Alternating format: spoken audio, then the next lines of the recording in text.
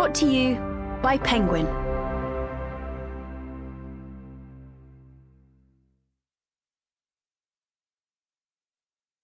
Homo Deus, A Brief History of Tomorrow, by Yuval Noah Harari. Read by Derek Perkins. 1. The New Human Agenda. At the dawn of the third millennium, humanity wakes up, stretching its limbs and rubbing its eyes. Remnants of some awful nightmare are still drifting across its mind. There was something with barbed wire and huge mushroom clouds. Oh, well, it was just a bad dream. Going to the bathroom, humanity washes its face, examines its wrinkles in the mirror, makes a cup of coffee, and opens the diary. Let's see what's on the agenda today.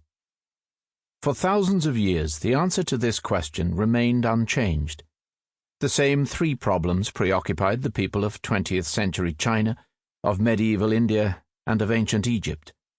Famine, plague, and war were always at the top of the list. For generation after generation, humans have prayed to every god, angel, and saint, and have invented countless tools, institutions, and social systems. But they continued to die in their millions from starvation, epidemics, and violence. Many thinkers and prophets concluded that famine, plague, and war must be an integral part of God's cosmic plan, or of our imperfect nature, and nothing short of the end of time would free us from them. Yet, at the dawn of the third millennium, humanity wakes up to an amazing realization. Most people rarely think about it, but in the last few decades we have managed to rein in famine, plague, and war. Of course, these problems have not been completely solved, but they have been transformed from incomprehensible and uncontrollable forces of nature into manageable challenges. We don't need to pray to any god or saint to rescue us from them.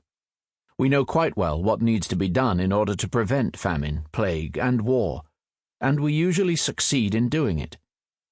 True, there are still notable failures, but when faced with such failures, we no longer shrug our shoulders and say, well, that's the way things work in our imperfect world, or God's will be done. Rather, when famine, plague, or war break out of our control, we feel that somebody must have screwed up. We set up a commission of inquiry and promise ourselves that next time we'll do better. And it actually works. Such calamities indeed happen less and less often. For the first time in history, more people die today from eating too much than from eating too little. More people die from old age than from infectious disease, and more people commit suicide than are killed by soldiers, terrorists, and criminals combined. In the early 21st century, the average human is far more likely to die from binging at McDonald's than from drought, Ebola, or an Al-Qaeda attack.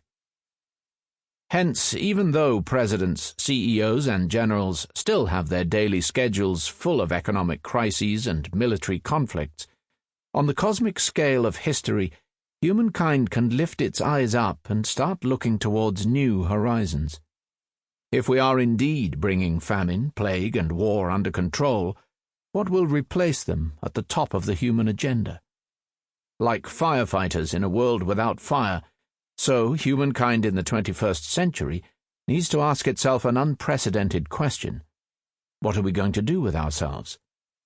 In a healthy, prosperous, and harmonious world, what will demand our attention and ingenuity? This question becomes doubly urgent given the immense new powers that biotechnology and information technology are providing us with. What will we do with all that power? Before answering this question, we need to say a few more words about famine, plague, and war. The claim that we are bringing them under control may strike many as outrageous, extremely naive, or perhaps callous. What about the billions of people scraping a living on less than $2 a day? What about the ongoing AIDS crisis in Africa, or the wars raging in Syria and Iraq? To address these concerns, let us take a closer look at the world of the early 21st century. Sample complete. Ready to continue?